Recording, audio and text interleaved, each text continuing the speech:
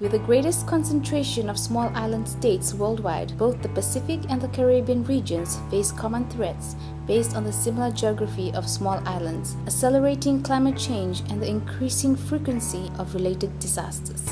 The South-South project promotes the exchange of best practices and expertise between the Pacific and the Caribbean through capacity building, and it encourages small islands to find relevant solutions that can be implemented with limited resources. As a recent part of the UNDP South-South project, a delegation consisting of UNDP, SOPAC, and Caribbean experts visited Kiribati to study climate issues facing atoll countries and the solutions being adopted in Kiribati. The group viewed several initiatives and a range of good practices including beach and sand mining, water harvesting and other conservation techniques, waste management strategies, regeneration of beaches, agricultural techniques, and sea level rise gauges.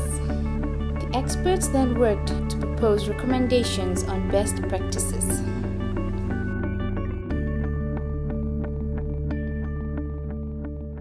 I'm Karen Bernard. I work as a program specialist in disaster risk reduction and recovery at UNDP at the Regional Center. And I'm also the program manager for this South-South project, under which we brought some Caribbean experts over to Kiribati. And the purpose of that exchange was that as part of the project, we tried to share lessons learned and best practices among small island developing states. I wanted the Caribbean experts to come to an atoll country because that's one of the more extreme situations that we find in the Pacific in terms of water scarcity, extreme shortage of land, sea level rise which is increasing, and serious coastal erosion.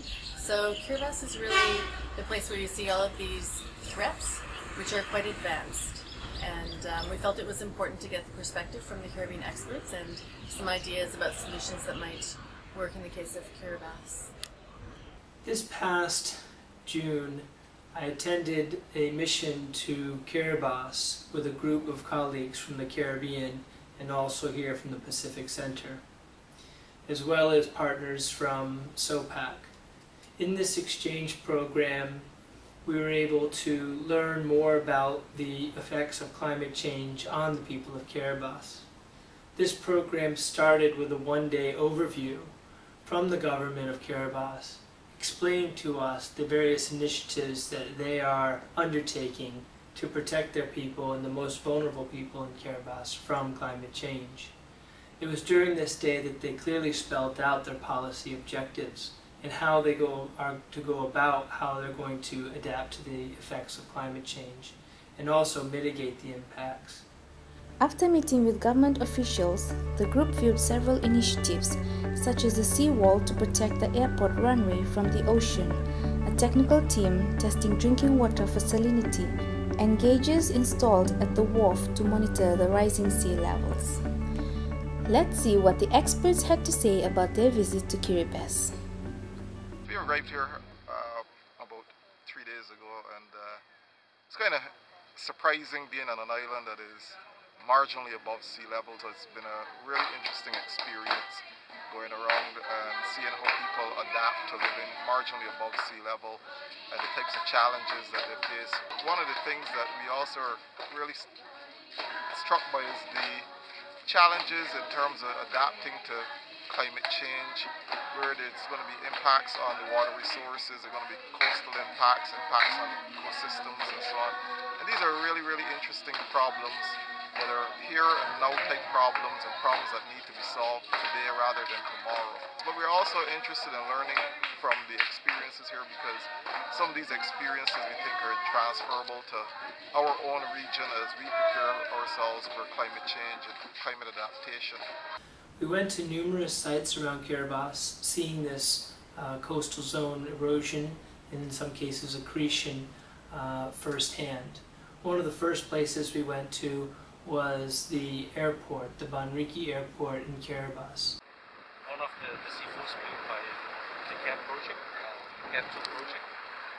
Towards the end of the CAP project, they were trying to complete this seawall, but they ran out of money, so they have to terminate So as you can see, the seawall is not backfilled yet, and the purpose of the seawall is to protect the runway.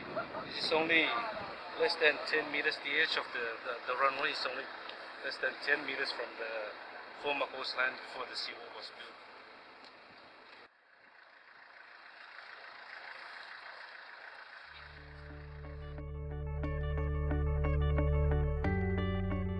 The first thing I notice is that high waves break fairly far offshore, which suggests to me that this island has an excellent natural protection system, which perhaps has not been taken advantage of as much as it could have been, and protected as much as it could have been.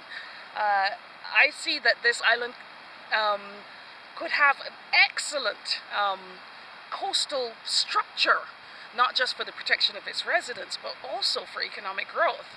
However, because of the issues certainly with sand mining, those issues must be solved. If even in terms of restoration activities, you're going to be able to do anything in the medium to long term to restore the coast to their natural strength and resilience. One of the important initiatives includes building upon natural lines of defense against coastal erosion. This includes managing mangrove sites. This patch over here we planted with Protestant women last year during November, and we did plant more than 3,000 mangrove seedlings with them. With a mangrove, we see a lot of importance because we have traveled to outer islands, and where there are many mangroves, there are many marine life there. People used to go there and fishing. They don't have to go deep water, and also with strong storm and erosion, they are more safe from those kind of issues.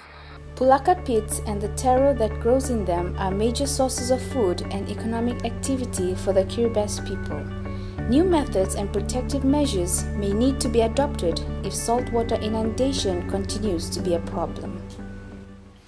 We also were able to go to the island of Abayang. We were able to go to some various sites in order to look at the coastal erosion issues. If you pan out and just have a look at this area, you can see that there's, obviously it's intertidal. You've got the young mangroves all growing in here, and you can see the channel here where the water's coming in from the lagoon at high tide. Further out, you've got all those dead, mature coconut trees. So that's a sign of recent inundation in an area that's been freshwater dominated for quite a long time. And that's precisely the issue with the village here, is that they've had all of this low-lying area here as a freshwater area. I think they used to have taro gardens, etc. inside it. The main reason I asked for only the seawater gradually goes through the pond, and on the land we have sometimes blackish water. They have tried their best to build walls maybe a couple months ago. They plan to go to find another. They shift to another place where they decide to be comfort.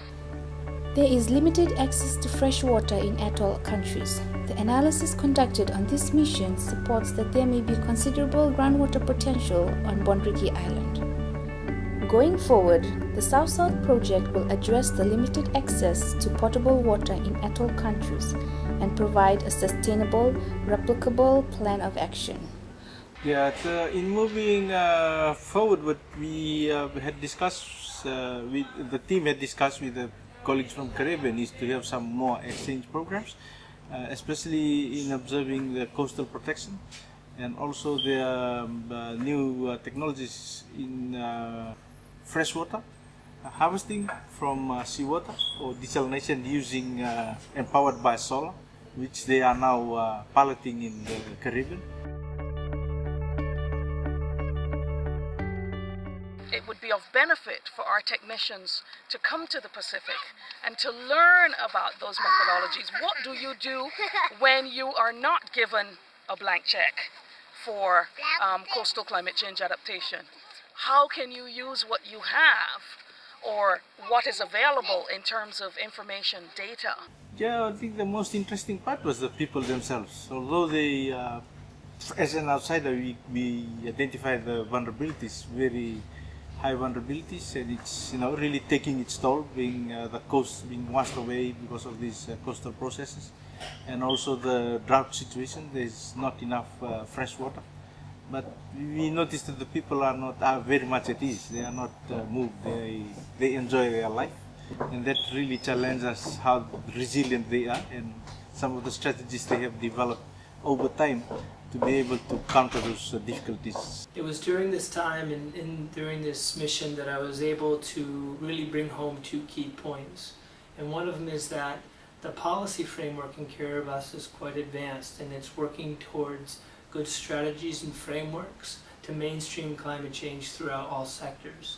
I also noticed that in the technical aspects, that whereas there's a lot known about sea level rise and coastal erosions, there's also still a significant amount of information that we do not know.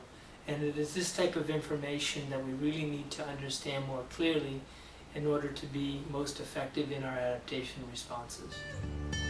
There is great potential for exchange of ideas, experiences, and best practices between seeds in the Pacific and the Caribbean in order to find suitable solutions and replicate best practices for addressing the various threats posed by climate change and disasters.